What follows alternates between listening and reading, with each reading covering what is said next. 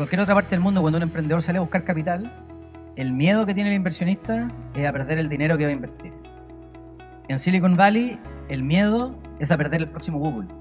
Y el aprendizaje que tuvo ese lugar, esa industria en ese momento, es el valor de la empresa reside en los fundadores, en la visión y en el conocimiento que tienen ellos, y no en el capital.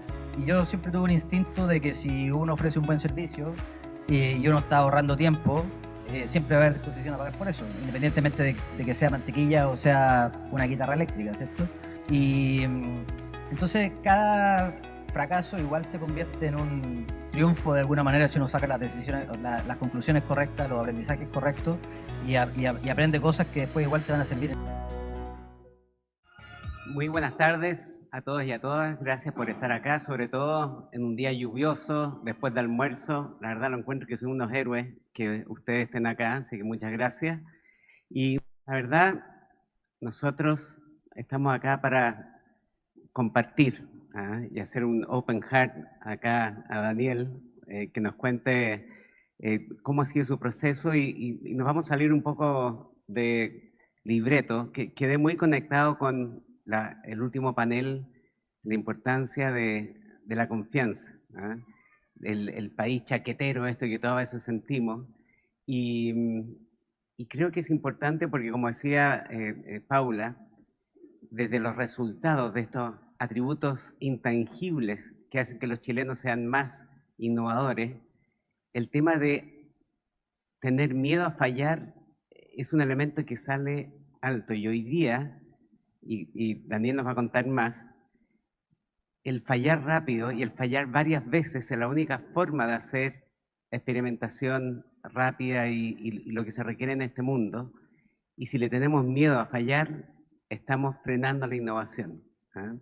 Se me conecté mucho, sobre todo las preguntas que hacían allá atrás de esta falsa confianza que a veces sentimos que es propia de los chilenos, pero que si nosotros ponemos lo nuestro y cada uno empieza a confiar más, se pueden producir milagros en la innovación.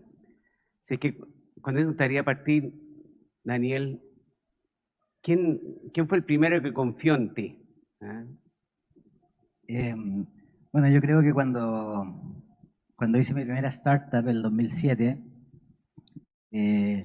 hubo una persona que yo admiraba mucho, que yo veía en las portadas de la revista en esa época, que era Wences Casares, un emprendedor argentino que había hecho una empresa que se llama Patagon.com y que fue una de las pocas .com de América Latina que se vendió en cientos de millones de dólares antes de que explotara todo el mercado, ¿cierto? El 2001 creo que pasó eso. Y él era un poco mayor que yo estaba entrando a la universidad y aparecían todas las revistas de emprendimiento.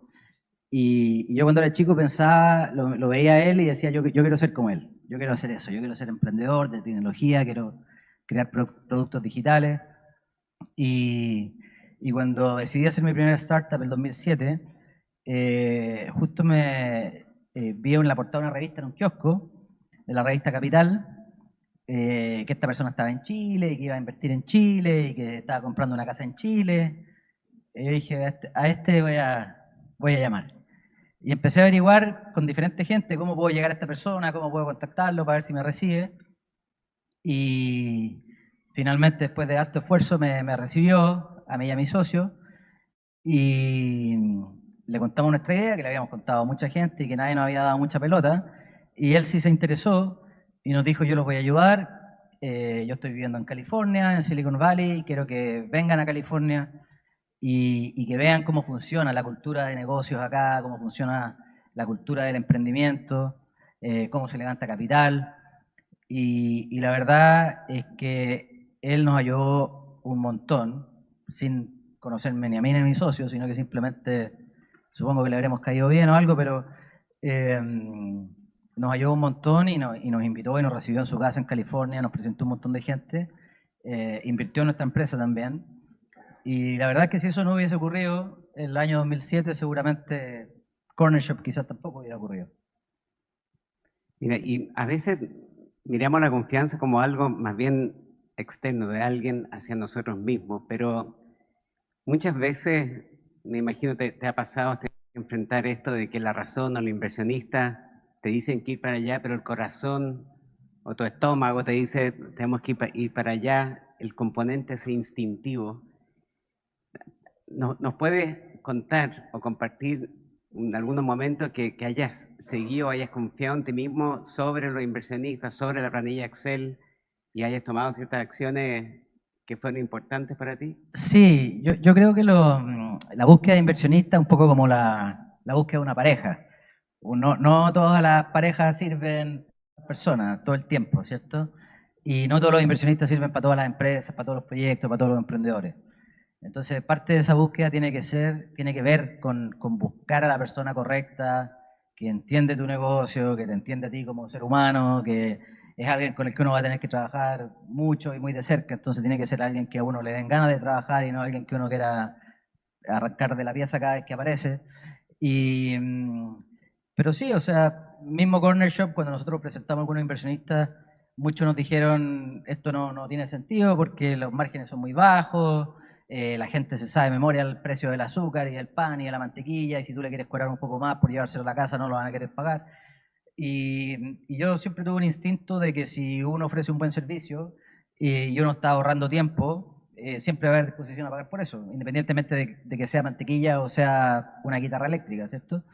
Y, y claro, mucha gente en Chile a la cual yo le presenté esta idea me dijeron que no iba a funcionar, pero a pesar de eso nosotros seguimos adelante, ¿cierto? Con ese instinto de que esto sí, yo creo que para mí funcionaría, también va a funcionar para otra gente. Oye, Daniel, otro aspecto que hemos hablado de la confianza está en atreverse a soltar. Nosotros en la inauguración, no, en la premiación del Avon el año pasado empezamos a hablar de un concepto de exnovación, exnovar. Todo el mundo preguntaba, bueno, ¿qué es esto de exnovar? Y es soltar, aprender a soltar a lo que le tenemos afecto, pero quizás ya es del pasado, y lo que va a abrir espacio para que entren nuevas ideas. En este proceso de soltar, de exnovar, ¿qué ejemplos tienes de cosas que has tenido que aprender a soltar o quizás fallar rápido en un negocio? ¿Te ha tocado enfrentar esa situación? Sí, yo tengo varios proyectos fracasados en el cuerpo, eh, que fueron fracasos, ¿cierto?, en cuanto al proyecto, pero que fueron muy exitosos en cuanto a los aprendizajes que dejaron. Yo soy ingeniero de software de profesión y todo lo que yo aprendí en la universidad ya está obsoleto hace muchos años y he tenido que seguir aprendiendo. Y yo aprendí diferentes cosas en diferentes empresas, ¿cierto? Por ejemplo, yo aprendí a hacer aplicaciones móviles cuando salió el primer iPhone y cuando finalmente liberaron que cualquier persona podía hacer una aplicación de teléfono. Esto fue como el año 2010 por ahí. Yo había salido de la universidad hace como 7 8 años ya y obviamente nadie sabía hacer aplicaciones de iPhone y yo decidí hacer una aplicación de iPhone, una empresa que era una aplicación como una red social para familias o grupos cerrados. A mí nunca me ha gustado mucho las redes sociales así como abiertas, donde todo el mundo ventila todo lo que hace, me parece algo innecesario. Pero sí veo valor en la conexión humana que se puede dar a través de la tecnología y que uno puede cultivar, ¿cierto? Si es que uno está viviendo en otro país o uno vive lejos de la familia. Y creamos una aplicación para esto que no funcionó. Pero yo saqué un gran aprendizaje ahí, que fue hacer aplicaciones móviles, y después cuando hicimos Corner Shop, 2 o 3 años después, la aplicación móvil fue muy fácil de hacer porque tenía un equipo que venía trabajando en esto hace años, en una época que no había tanta experiencia en la industria sobre este tipo de tecnología.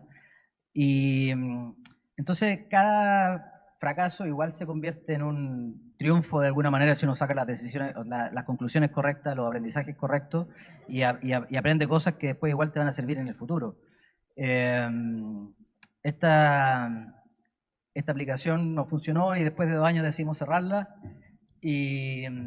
pero siempre uno puede rescatar algo de eso. Oye, bueno, seguimos pegados con la confianza, perdón repetitivo, pero otro aspecto de la confianza es confiar entre nosotros, el ir armando redes. Y una de las cosas que nos inspiró mucho cuando B21 y Jaime impulsa este proyecto es generar espacios seguros donde hayan no iguales socialmente, económicamente, etcétera, sino que iguales en compartir sueños y tener un espacio para poder proyectar esto. ¿Qué, qué espacios de confianza colectiva has encontrado tú durante tu desarrollo, tu carrera? ¿Qué podríamos traer para este lugar para que sea un polo de gravedad y desarrollo para que confiemos colectivamente en nuestro ecosistema?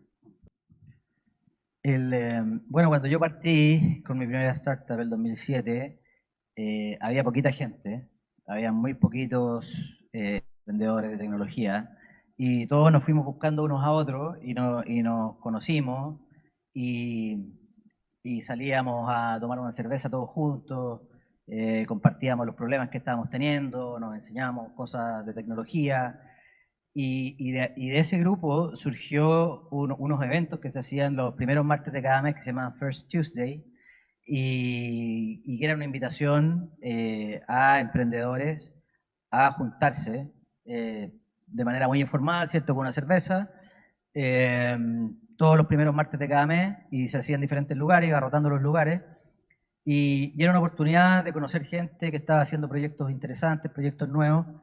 Y ahí yo conocí mucha gente en esa época, esto es ya hace 20 años atrás casi. Y creo que fue de las primeras como grupos de emprendedores que se dieron más o menos de manera espontánea y donde la gente iba como con la actitud de compartir sus conocimientos y de aprender de los demás. Oye, y algo me comentabas del ecosistema en San Francisco, en Silicon Valley. Eh, ¿Qué cosas son extrapolables o qué te impactó de allá que podríamos quizás importar a estos espacios? Mira, yo creo que en la parte más de negocio eh, hay como una cultura de cómo hacer las cosas, de cómo se hacen negocios, cómo, cuánto se lleva el fundador, cuánto se lleva el inversionista, más o menos qué rangos de valorización estamos hablando, como que todas las reglas de cómo partir un negocio no están escritas en ninguna parte, pero todo el mundo las sabe y todo el mundo las comparte. Entonces yo contrastaba mucho eso con cómo era en Chile en esa época, donde cuando uno salía a levantar capital y el inversionista decía, bueno, yo te pongo capital, pero me quedo con el 80% de la empresa y te convierto rápidamente en mi empleado, a pesar de que es tu idea, que es tu energía, que es tu pasión, que tú vas a hacer todo, porque yo tengo el capital. Entonces, en Chile en general, históricamente al menos, había una simetría muy grande entre el capital y el fundador, ¿cierto? Como el trabajo que hace el fundador. Y eso en Estados Unidos lo aprendieron hace, o en Silicon Valley en particular, mejor dicho, lo aprendieron hace mucho, mucho tiempo, porque había una empresa que se llama Fairchild Semiconductor, donde efectivamente el valor de la empresa era el conocimiento de los científicos que sabían cómo construir transistores y cómo diseñar los procesos para construirlo y todo eso. Y, y bueno, llegaron los capitalistas, se quedaron con el 90% de la empresa y esta gente decidió irse. Todos los fundadores decidieron irse cuando ya tenían suficiente capital para hacer ellos la empresa sin capitalistas, decidieron irse, partir su propia empresa y esta Fairchild Semiconductor ya no valía nada porque en el fondo se fueron todos los fundadores que sabían cómo se hacían las cosas. Y a partir de esas empresas nació AMD, nació Intel, nació HP, o sea, muchas de las empresas icónicas de Silicon Valley de esa época de los 70, 60, salieron de ahí. Y el aprendizaje que tuvo ese lugar, esa industria en ese momento, es el valor de la empresa reside en los fundadores, en la visión y en el conocimiento que tienen ellos, y no en el capital. Entonces es como una forma de capitalismo nueva, más moderna, más donde, por ejemplo, se considera a todos los empleados darle participación en la empresa, que es algo que nosotros hicimos en Corner Shop, y que a mucha gente le parece muy chocante, en lugares fuera de San Francisco, incluso en otras partes de Estados Unidos. ¿Por qué los empleados van a tener que recibir parte de la empresa si están recibiendo un sueldo? Y, Y la razón es porque la gente trabaja mejor y con mayor motivación cuando ve que si trabaja bien puede tener un resultado que le puede cambiar la vida para siempre. Y también cuando siente que es dueña de algo, ¿cierto? Uno como dueño trabaja con mucho mejor energía que no siendo dueño. Eso es como evidente, no hay que explicarlo mucho. Y entonces en Silicon Valley se inventaron todas estas maneras de crear estas empresas como explosivas, de alto crecimiento, donde los empleados son socios de la compañía, donde los inversionistas, a pesar de que puedan poner mucho capital, se llevan un porcentaje chico que permite que los fundadores sigan siendo los accionistas mayoritarios hasta, ojalá hasta la IPO, y lo que se hace luego, y esto lo inventaron los fundadores de Google, es que después sus acciones tienen más votos que los del el resto, entonces ellos siguen manteniendo la visión y la conducción de la compañía porque se entiende que el mayor activo que tiene esa compañía son los fundadores, son la gente que tiene la visión y que sabe dónde llevar esa visión. Y que eso no es intercambiable. Tú no puedes cambiar a Larry Page y Sergey Brin por dos MBA de Harvard y esperar que esa compañía va a seguir operando de la misma manera. Oye, y en ese contexto, justo hablaban los panelistas anteriores de la importancia de generar espacio en los territorios. Si extrapolamos eso a Chile, como un territorio súper alejado de quizás del centro del mundo, y tú te fuiste, ya has estado 13 años en Estados Unidos en distintas funciones, lugares, ciudades. ¿Cómo, y si hay varios acá emprendedores y dicen, ¿sabes qué más? Necesito salir o de la región o de Chile o ir al mundo. ¿Qué pasó por tu cabeza? ¿Tú sentiste, te sentías ahí de segunda clase por ser latinoamericano, que no te iban a pescar? ¿Cómo superas ese estigma que a veces tenemos, no, que somos tan lejos, país chico? Sí. ¿Cómo superaste eso? Bueno, a mí una de las cosas que me llamó mucho la atención cuando llegué por primera vez a California, a San Francisco, fue que la gente me trataba igual que como si yo fuera un gringo de toda la vida, y a pesar de que hablo con acento y en esa época no hablaba ni siquiera tan bien inglés, a pesar de eso la gente se fija más como en la energía que uno tiene, en lo que uno está pensando, como que... Y una cosa muy interesante que ocurre en Silicon Valley versus, yo diría, en cualquier otra parte del mundo, en cualquier otra parte del mundo cuando un emprendedor sale a buscar capital, el miedo que tiene el inversionista es a perder el dinero que va a invertir. En Silicon Valley, el miedo es a perder el próximo Google. Es a que esta persona que tengo al frente va a ser el próximo Google, el próximo Facebook, el próximo OpenAI, lo que sea, y me lo estoy perdiendo. Entonces, ese cambio de miedo, que cambia completamente toda la estructura de cómo se hacen los negocios y cambia completamente la estructura de cómo funcionan las inversiones. Y, y eso hace que sea mucho más fácil levantar capital allá, no solamente porque hay muchísimo más capital allá, sino que también la mentalidad es mucho más, qué sé yo, innovadora y el miedo allá es perderse la próxima gran cosa más que perder el dinero. Oye, y en esa percepción, digamos, que tienen desde afuera los chilenos, o nosotros los chilenos, veíamos el speaker anterior que hablaba que Chile es increíble el lugar que nosotros lo subvaloramos, pero por otro lado, escuchábamos a un caballero atrás del chaqueteo, que somos chaqueteros. ¿Cómo lo ves tú que has estado en distintos esquemas? ¿Somos chaqueteros, más chaqueteros que otros lugares? ¿Estamos subvalorando lo que tenemos acá con lo que te ha tocado vivir y partir de cero al primer unicornio chileno? ¿Cómo has visto, te ha cambiado esta perspectiva? Sí, yo creo que si bien es cierto que San Francisco es un lugar muy único y muy particular, y normalmente la gente que está metida en temas de emprendimiento cree que todo Estados Unidos es San Francisco, y no es así. San Francisco es un lugar muy único y muy particular dentro de Estados Unidos también. Y si uno sale de San Francisco y se va al interior de Estados Unidos, se va a encontrar con lugares donde hay incluso menos servicios que en Chile, donde la cultura no es muy distinta, y lo que nosotros llamamos chaqueteo, yo creo que es algo bastante humano, como desde el punto de vista antropológico, que tiene que ver con un mundo que por miles de millones de años fue muy limitado, muy limitado. Los cavernícolas, a pesar de que tenían todo el planeta para poquita gente, eran mucho más pobres que nosotros. Nosotros somos mucho más gente, pero somos mucho más ricos. ¿Y por qué? Porque nosotros sabemos generar riqueza. Y la riqueza no es una torta limitada, sino que crece en la medida que se innova. ¿Ya? Pero nuestros cerebros, que por miles de años, cuando tu manada, o sea, cuando tu clan, ¿cierto?, cazaba un jabalí o un animal para alimentarlos a todos, cada bocado que come otra persona es un bocado menos para ti. Es un juego de suma cero.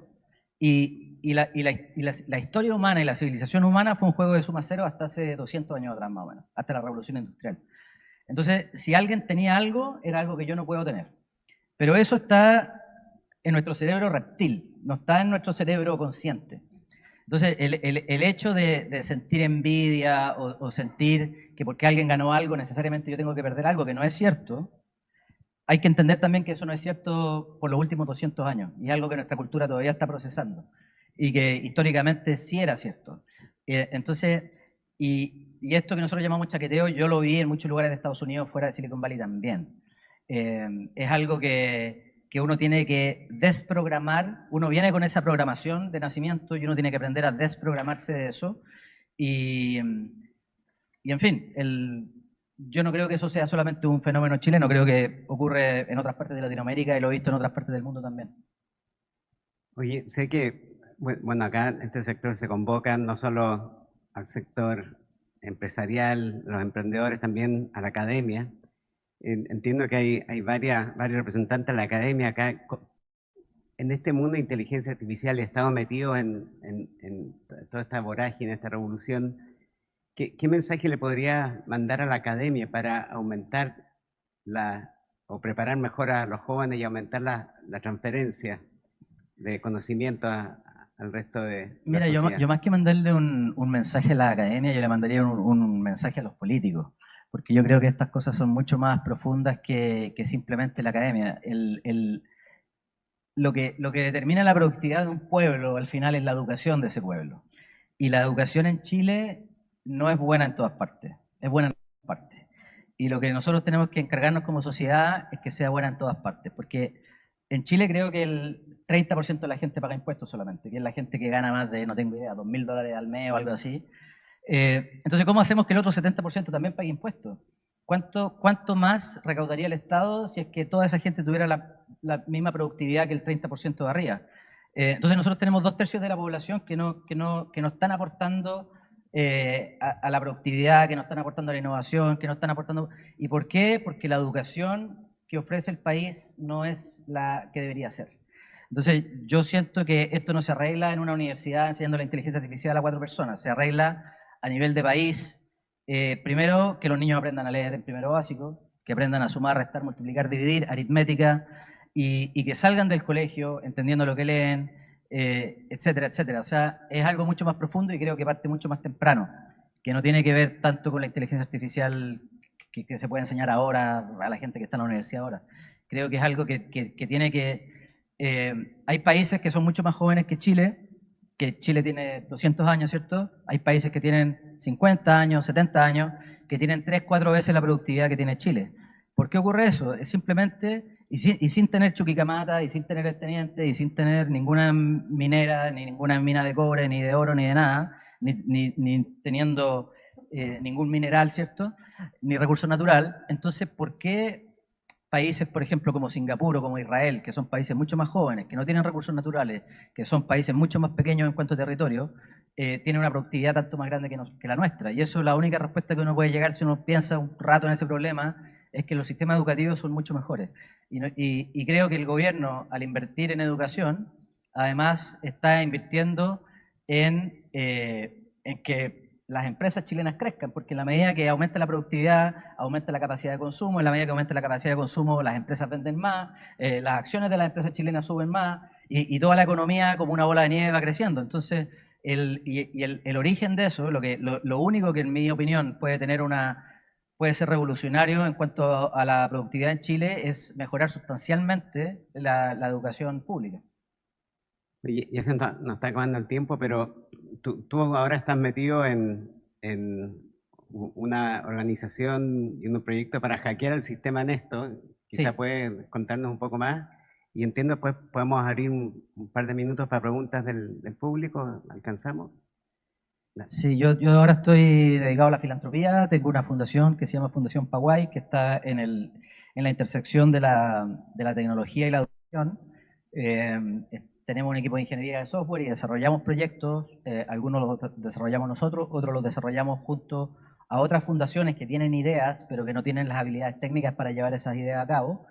Y un producto que estamos trayendo a Chile también ahora es Khan Academy, que es una de las plataformas de e-learning más grandes del mundo, que es gratuita y que tiene un tutor de inteligencia artificial que permite que los niños vayan aprendiendo a su propio ritmo y que los niños que no aprendieron algo en algún momento no se queden con esas lagunas para siempre, sino que puedan recuperarse y puedan eventualmente aprender algo. Y bueno, es una plataforma que en países como Filipinas o Vietnam o India ha tenido un impacto muy, muy fuerte y esperamos que en Chile ocurra lo mismo. Buenísimo, muchas gracias. ¿Alguien quiere preguntar algo, aprovechando que está Daniel acá? ¿O cerramos? Lo, lo de la educación, yo les hablo, un país que tiene más cultura. ¿Cómo piensan hacer penetrar esta plataforma educativa? O sea, como venderla en línea o asociarse con colegios, escuelas, municipalidades. Sí, nosotros estamos principalmente hablando con sostenedores de colegios subvencionados o colegios públicos, que ahora son los SLEP, algunas municipalidades también, que todavía son sostenedoras, eh, para hacer estos pilotos. Este año queremos llegar a 10.000 estudiantes y el próximo año a 100.000. Ok, esa era. Daniel, un gusto verte por acá. Yo soy un viudo de Corner, yo me encuentro que es terrible lo que hicieron vendiéndoselo a Uber, pero feliz por ustedes. No. ¿Cierto? Todavía la tengo. Ese nivel de Corner Shop es una experiencia de usuario bien particular que como que cambió el estándar que había hasta ese momento en ese tipo de cosas. ¿Cómo lograr transmitir ese nivel de excelencia en la ambición de los emprendedores para que vayan más allá de lo obvio, de lo evidente? ¿Qué es lo que hicieron para llegar a ese nivel de preocuparse de los detalles, no solo desde el punto de vista del servicio al cliente, sino desde el punto de vista del software, etcétera? Bueno, yo cuando Corner Shop estaba viendo en California, en San Francisco, y yo me imaginé hacer un servicio que podía competir codo a codo con cualquier servicio de California. Y cuando uno crea un servicio pensando así y después lo trae a América Latina, eh, claro, el estándar que uno tiene es mejor, entonces te va bien porque el servicio al cliente funciona mejor. Hablando de la confianza, nosotros hacíamos algo que ninguna empresa latinoamericana hace. Nosotros un cliente nos escribía diciendo que le llegaron rotos los huevos y le devolvíamos el dinero sin preguntar, o le llevábamos unos huevos nuevos.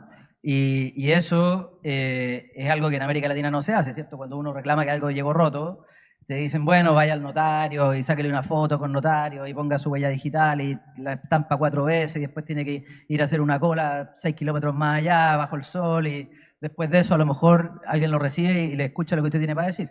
Pero antes de eso no. Y eso es porque lamentablemente cuando el mercado a veces actúa en favor de innovaciones y a favor de que las cosas evolucionen para el lado correcto, hay veces que no. Cuando todas las empresas tienen un mal servicio al cliente y los presupuestos de servicio al cliente son muy bajitos, y todas las empresas lo hacen, y tú partes de una empresa nueva y ves que puedes ahorrar ahí, también lo vas a hacer, porque todos los demás lo hacen y toda la gente está acostumbrada a que le pongan un teléfono con una grabadora 4 horas antes de hablarle. Es lo que es. Y hasta que los consumidores no dejen de votar con su dinero y dejar de comprar en empresas que te tratan así, eso no va a cambiar. Y lo triste es que cuando todas las empresas actúan así, es difícil que eso mejore. Eso es lo que tengo para decir. Gracias, Daniel. Y yo quería terminar invitando a todos a que postulen, o la gente, o los amigos que postulen, pero tú que fuiste ganadora, Bonnie, ¿qué le dirías a los que están dudando si se presentan? ¿No? ¿Fue importante para ti? Y cierra tú invitándolo a todos a que postulen. Sí, yo parece que no postulé, ¿eh?